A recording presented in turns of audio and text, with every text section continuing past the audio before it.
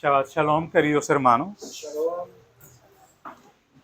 El día de hoy me corresponde a mí la enseñanza de la porción programada desde hace bastantes siglos. La parashá de hoy se llama Jucat, significa estatutos, leyes, y corresponde entre el libro de Números, capítulo 19:1, al primer versículo del capítulo 22.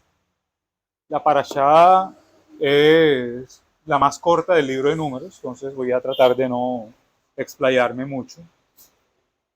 Y comienza con, con la descripción de cómo se hace la ceniza de la vaca roja para la purificación de aquellos que han tenido contacto con cadáveres. Luego sigue con las historias de las muertes de Miriam y de Aarón, pasando por el relato cuando Moisés golpea la roca. Sigue con el relato de las serpientes ardientes y termina con la batalla con los reyes de Emor. Bueno, dirán, si es la más corta, mire todo lo que tiene. Bueno, todo está descrito de manera sucinta, de manera al punto. Comencemos leyendo, abramos Números, capítulo 19, verso 1. Después el Señor habló a Moisés y a Aarón. Este es el estatuto, esta es Jucat, ahí está la palabra, de la ley que el Señor ha ordenado. Dile a los israelitas que traigan una novilla alazana sin defecto, que no tenga manchas y sobre la cual nunca se haya puesto yugo. Y ustedes se la darán al sacerdote Eleazar, y él la sacará fuera del campamento y será degollada en su presencia. Entonces el sacerdote Eleazar tomará con su dedo de la sangre, rociará un poco de la sangre hacia el frente de la tienda de reunión 7 veces. Luego la novilla será quemada en su presencia. Todo se quemará: cuero, carne, sangre y estiércol. El sacerdote tomará madera de cedro y hisopo escarlata y los echará en medio del fuego que arde en la novilla. Luego el sacerdote lavará su ropa y bañará su cuerpo en agua. Después entrará en el campamento, pero el sacerdote quedará inmundo. Es decir, ya habíamos hablado de la palabra tamés, que no es inmundo, sino que no está como debería estar normalmente. Está en un estado anormal, por decirlo así, hasta el atardecer. Luego un hombre que esté limpio juntará las cenizas de la novilla, las depositará fuera del campamento en un lugar limpio, y la congregación de los israelitas las guardará para el agua, para la impureza. Es agua para purificar el pecado. Bueno, ¿qué pasaba con esta ceniza? Esta ceniza la tenían a disposición de todo el campamento. ¿Y para qué? Más adelante la parashá nos explica que cuando una persona del campamento haya tenido contacto con un muerto, tenía que al tercer día de haber hecho contacto con el muerto purificarse rociándose la ceniza. Después al séptimo día otra vez se rociaba y ya quedaba ceremonialmente puro, no quedaba tamé. Y nosotros pensamos esto científicamente cómo es. Bueno, yo el año pasado, si no me equivoco, me tocó esta misma parashá. El año pasado ya tuve ya expliqué cómo es más científico esto, cómo estas cenizas permiten purificación. Es algo así como un antibacterial ahora. ya que esto reaccionaba no solamente donde se guardaban, sino que el agua se tenía que preparar en un recipiente de cobre, eso se ionizaba y las cenizas ayudan al proceso de ionización y prácticamente el agua queda como un antibacterial. Entonces por eso esto funciona así. Pero en estos momentos vamos a profundizar en otra cosa. Vámonos al libro de Hebreos, capítulo 9, versos 13 y 14.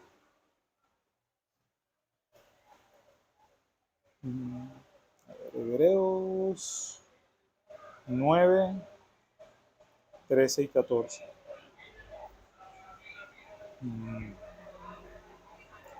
Bueno, dice así, sí, porque si la sangre de los toros y de los machos cabríos y las cenizas de la becerra roja rociada a los inmundos santifican para la purificación de la carne, cuánto más la sangre del Mesías, el cual mediante el Espíritu Eterno se ofreció a sí mismo, sin mancha a Dios, limpiará sus conciencias de obras muertas para que sirvan al Dios vivo.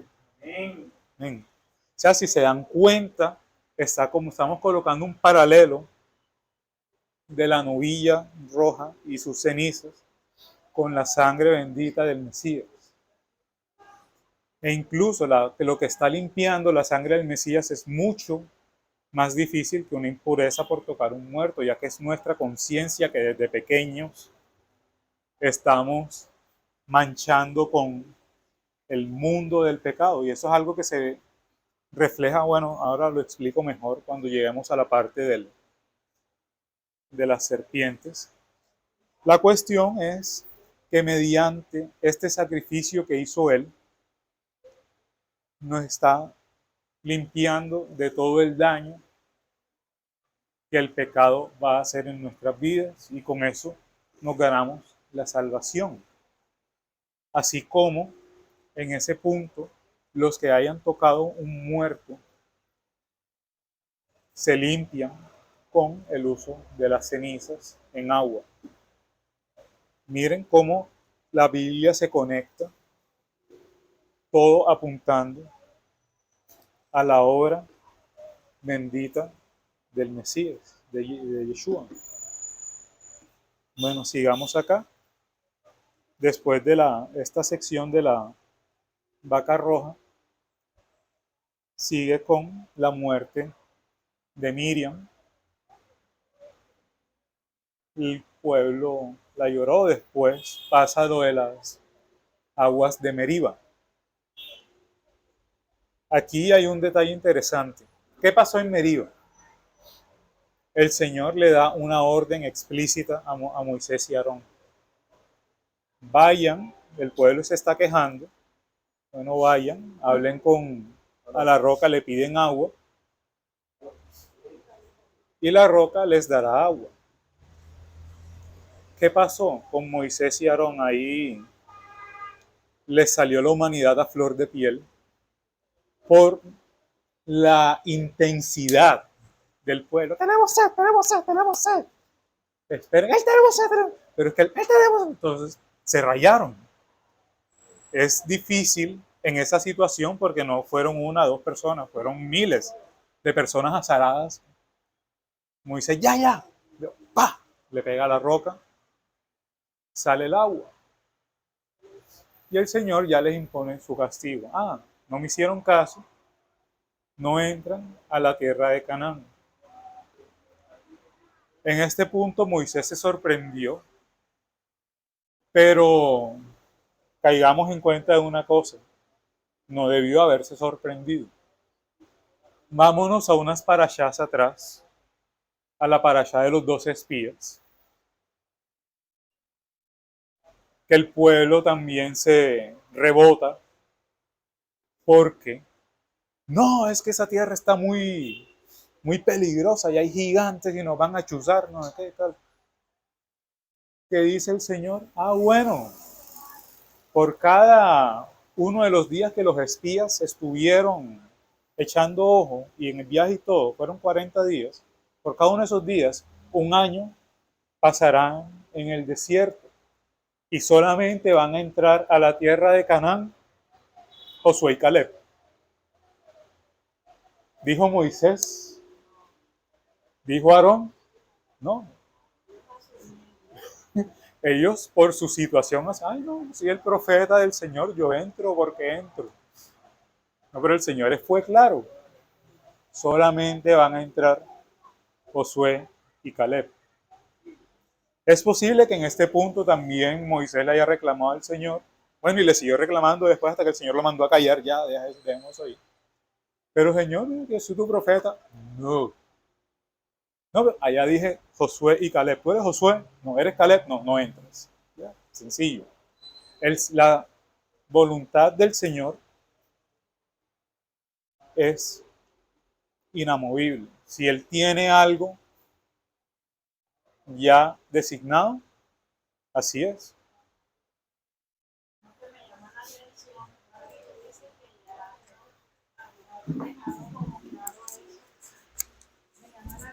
Que justamente comenzando esta parasha manda hacer el ritual a través del sacerdote Eleazar y no a través de Aarón.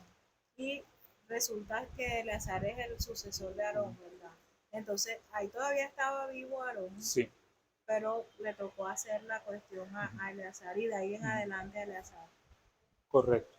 Es que de hecho, históricamente, en el Talmud hay un escrito que dice que esta cuestión de la vaca roja, todo ese ritual, se dio después de la muerte de Aarón. Es posible. Ajá. Nosotros sabemos que la palabra está escrita de, no, a veces los hechos no son secuenciales, pero nos la coloca de esa manera para nuestro entendimiento. Cuando después de lo de las aguas de Meriba pasa, Aarón muere, ya le deja todo el dotaje sacerdotal a Eleazar. El pueblo llora a Aarón por 30 días y según el Talmud, ahí después de esos 30 días que comenzaron con el ritual de la vaca roja. Pero bueno, ya son cuestiones que en estos momentos no podemos verificar. Después de la muerte de Aarón,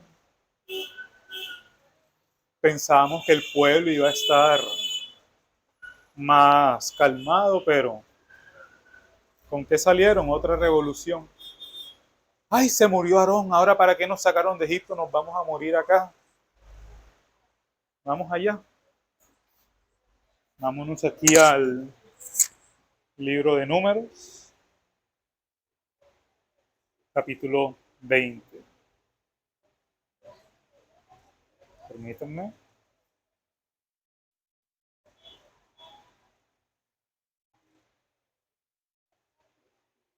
Permítanme.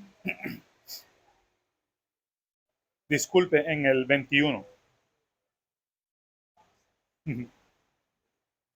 Ya el pueblo estaba azarado porque aprovechando que ellos estaban de luto por la muerte de Aarón, estos reyes de los alrededores aprovecharon y comenzaron como a mostrar su fuerza. Ya había pasado que alguien trató de atacarlos y el Señor le dio fuerza al pueblo de Israel para repelerlos. Pero vámonos al Números 21:5. El pueblo habló contra Dios y Moisés. ¿Por qué nos han sacado de Egipto para morir en el desierto? No hay comida ni agua y detestamos este alimento tan miserable. Mire que estaban diciendo del sustento que el Señor les daba diario, del maná.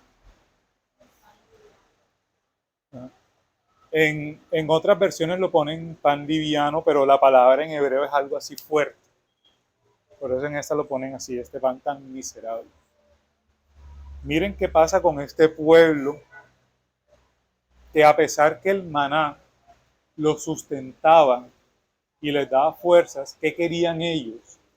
Ellos querían sentirse llenos, repletos, así, hartos. ¿Por qué razón? ¿Por qué razón este pueblo quería esto? Simplemente gadejo. Los que somos costeños ya sabemos qué significa eso. Pero bueno, ¿y qué pasó con esto? Sigamos leyendo. Entonces el Señor envió serpientes abrasadoras entre el pueblo y mordieron al pueblo, y mucha gente de Israel murió. Entonces el pueblo vino a Moisés y dijo: hemos pecado porque hemos hablado contra el Señor y contra ti. Intercede con el Señor para que quite las serpientes entre nosotros. Moisés intercedió por el pueblo. El Señor dijo a Moisés: hazte una serpiente de bronce y ponla sobre un asta. Y acontecerá que cuando todo el que sea mordido la mire, vivirá. Moisés hizo una serpiente de bronce y la puso sobre el asta, y sucedía que cuando una serpiente mordía a alguien y éste miraba a la serpiente de bronce, vivía. Amén.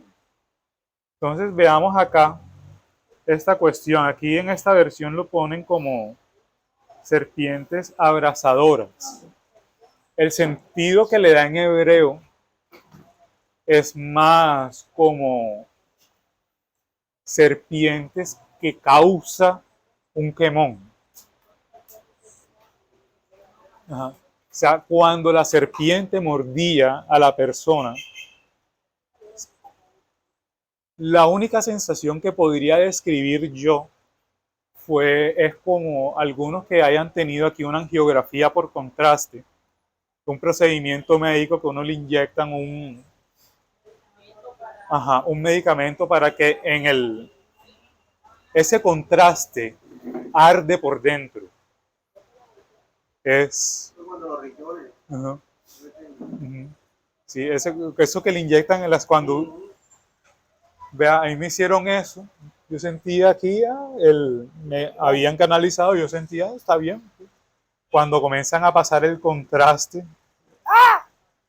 fue horrible. Y así se sentían estas personas al ser mordidas por estas serpientes. Y aquí nos damos cuenta de algo. Miren que cuando el Señor habla, siempre lo hace en un lenguaje figurativo, porque para Él nosotros somos como sus niños. Es así como cuando uno le está enseñando a hablar a un niño, uno le indica las cosas no por su nombre, sino por algo que las represente. Mira, el guau guau, el rum rum.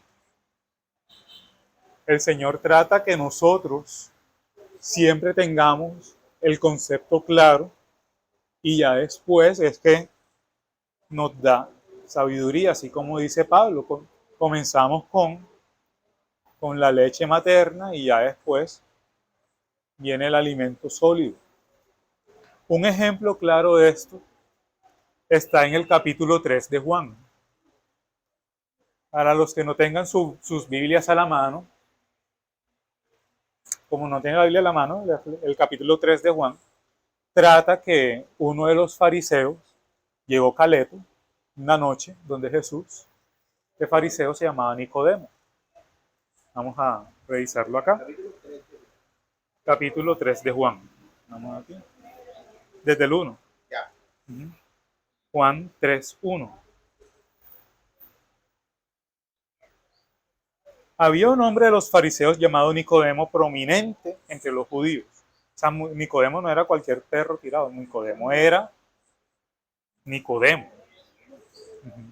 Este vino a Jesús de noche y le dijo: Rabí, sabemos que has venido de Dios como maestro, porque nadie puede hacer las señales que tú haces si Dios no está con él.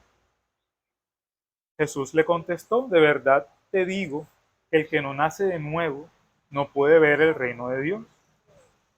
Nicodemo le dijo, ¿y cómo es como así un hombre ya viejo puede nacer de nuevo? ¿Acaso tengo que entrar de nuevo al vientre de mi madre y otra vez nacer?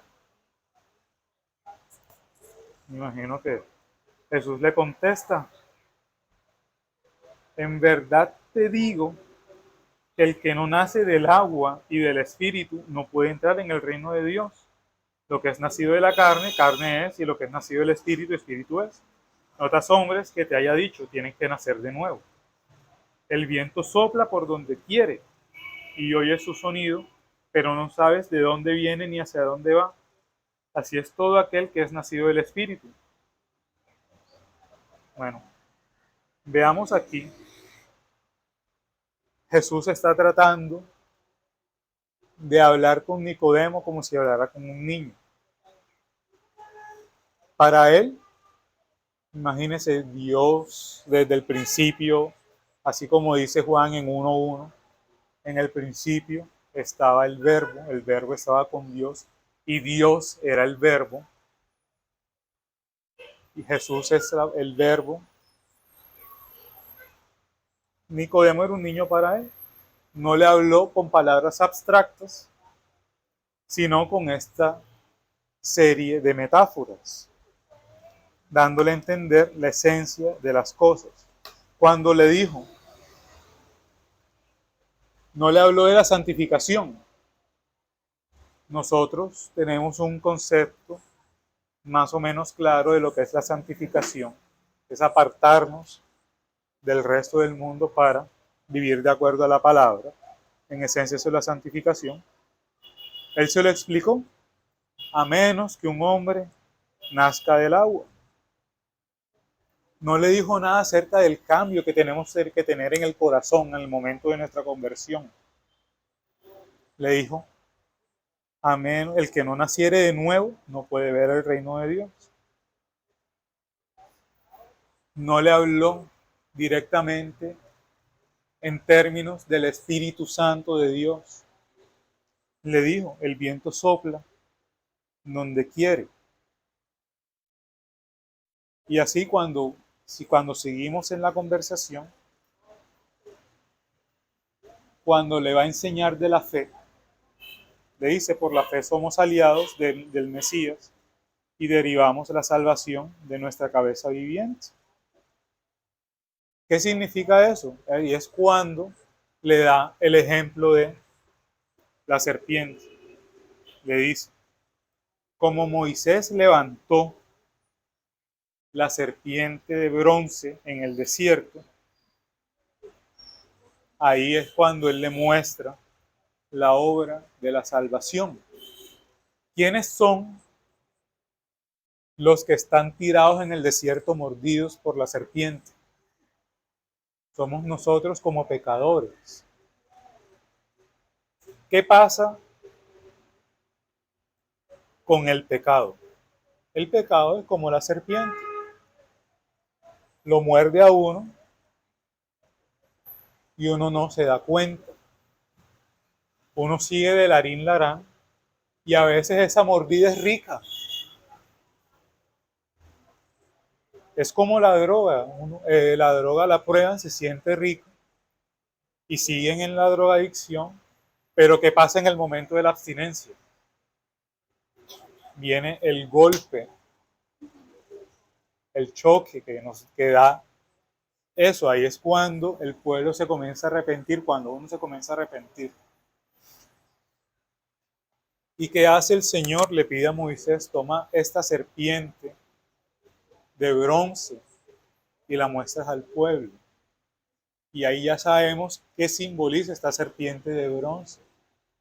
Esta serpiente de bronce significa salvación, pero ¿cómo así? Así como esta gente que estaba ahí tirada, ¿por qué estaba tirada? Porque una serpiente los mordió. Cuando esta serpiente los mordió, el Señor simboliza esta serpiente porque la serpiente fue la que causó el dolor y Él la expone. Miren que esto fue lo que le está causando esta pena. Y de igual manera, Adán y Eva, a través de Adán y Eva, entró el pecado al mundo. Y como a través del hombre entró el pecado al mundo, el Señor en su crucifixión se expone como hombre mostrándoles, el pecado entró por el hombre, ahora este hijo de hombre es el que les va a traer salvación. Y Moisés colgó esta serpiente en un asta, así como el hijo del hombre fue colgado en un madero, exponiendo, la serpiente exponiendo las mordeduras, el hijo de hombre exponiendo el pecado. ¿Y qué tenían que hacer los israelitas mordidos? Ver, divisar. Había algunos que, en verdad, y eso lo dice el Talmud, que se negaron a ver a la serpiente. ¿Por qué? Porque pensaban, ¿cómo así una culebra de bronce ahí colgada? ¿Qué me va a hacer eso a mí? Yo mejor me quedo aquí revolcándome en mi dolor. Y tristemente eso es lo que se ve en el pecado. Hay personas que, ay, estoy sufriendo en este mundo imperfecto, y uno les muestra la hora de la salvación. ¿Eso de qué me va a servir en este mundo? No creo en eso. Prefiero revolcarme en mi sufrimiento, en mi pecado. Es triste. Y tengan en cuenta algo. Así como la palabra dice que no fueron unos cuantos que sufrieron por ahí, que sufrieron por la mordida de serpiente. ¿Qué le tocó hacer a Moisés? Él no colocó ese estandarte de la serpiente en un solo lugar. Él iba con ayuda, caminando por todo el campamento donde había alguien tirado, para que la vieran. Ajá. Es eso. Ese es el modelo que tenemos que hacer nosotros. Tenemos que llevar esta exposición del Hijo del Hombre, crucificado, sacrificándose por nuestros pecados, a el mundo. Hey, miren, nosotros te estamos trayendo este mensaje de salvación. ¿Qué tienes que hacer? Simplemente mira, cree en la obra del Señor y así serás salvo. Lo siento, no me sirve, sigo revolcándome en mi dolor. Nosotros nos duele, pero estamos haciendo lo que el Señor nos está mandando aquí. Muestren la exposición. Y aunque hablemos así metafóricamente, la persona lo va a tener que entender. Y devolvemos a esta figura de que como el Señor trataba a Nicodemo. Le hablaba metafóricamente, así como nosotros así tenemos que comenzar a exponer a los no creyentes que vamos a predicarles. No vamos a coger a un no creyente enseguida a meterle las epístolas de Pablo, porque ¿qué hace eso? Ellos se van a encontrar con una pared, como que uy. Y nos pasó un caso curioso. Un familiar de nosotros se le comenzó a decir, mira,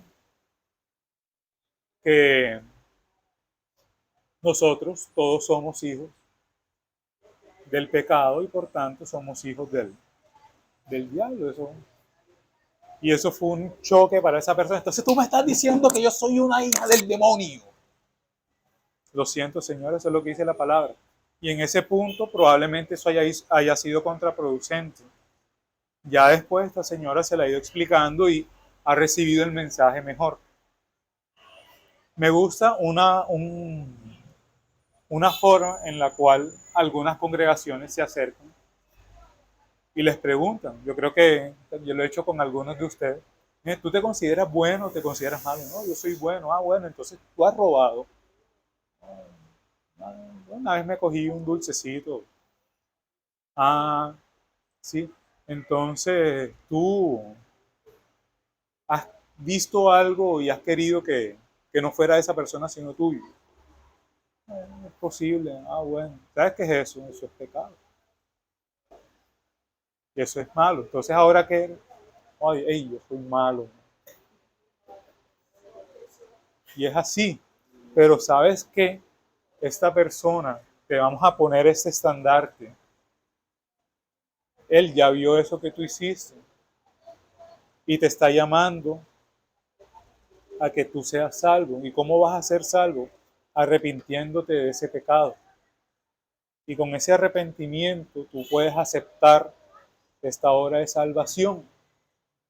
Y así uno tiene que tratar de ir metafóricamente, suavemente, para evitar que se choquen. Porque o si no, esa serpiente va a llegar y los va a morder. Y ya en ese punto, eso es lo que queremos evitar, que estén en el sufrimiento para que en ese punto miren. Eso es lo que le queremos evitar, que no llegue a ese caso. Tengan en cuenta finalmente algo que mencioné el año pasado y vuelvo a mencionar. La palabra dice, todo el que mire a la serpiente vivirá. Se les va a quitar el dolor. Enseguida probablemente no se les quitó, se les fue quitando progresivamente. Pero el dolor quedaba ahí. El pecado, señores, en nuestra vida deja una marca. Así como Pablo tuvo su aguijón en la carne por perseguir a los creyentes, así el pecado en nosotros va a dejar una marca. Va a quedar ese recordatorio que nosotros pecamos. No que me tomé unos tragos, me emborraché y me puse a manejar. Me choqué y me partí una pierna y la otra me tocó amputarla. La persona se va a arrepentir de eso que hizo, pero va a quedar sin una pierna. Todo lo que nosotros hacemos tiene consecuencias y aquí en este mundo el Señor nos lo va a recordar.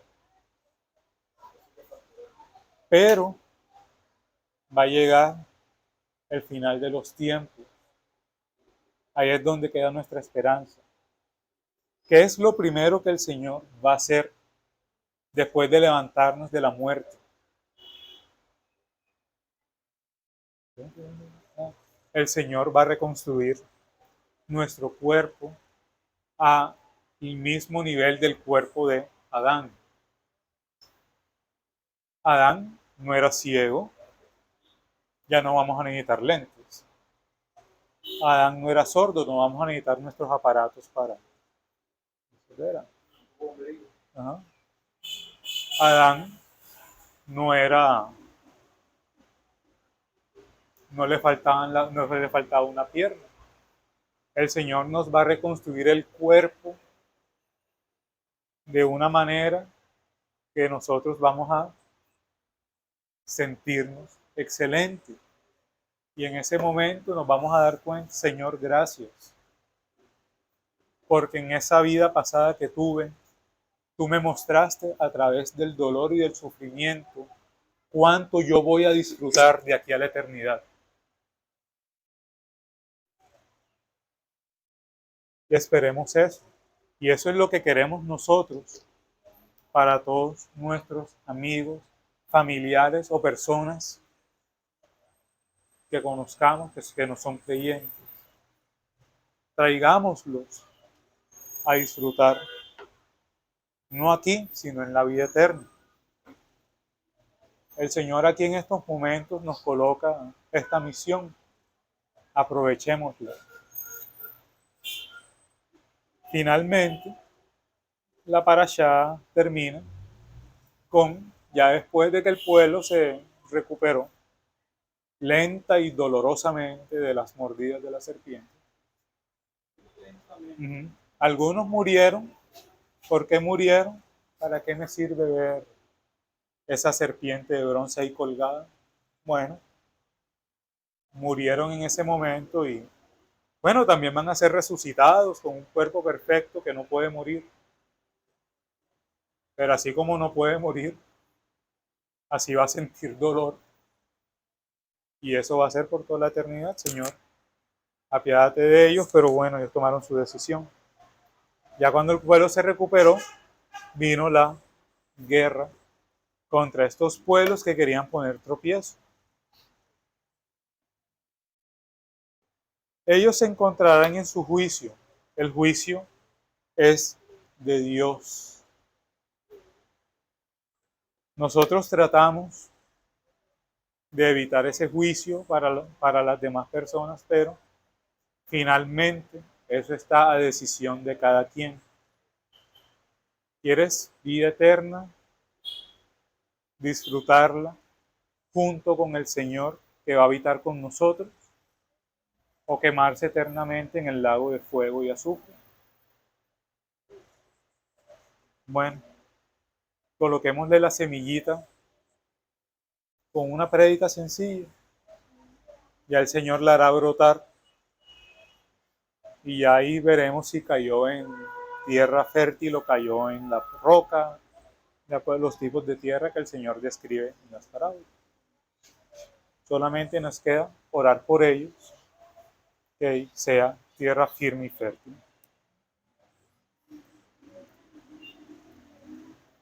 Oremos, hermanos. Bendito eres tú, Señor nuestro Dios, Rey del universo, que nos has colocado en este mundo para llevar tu mensaje, para mostrar, Señor, que solamente tú eres el camino a la salvación. Así como el Señor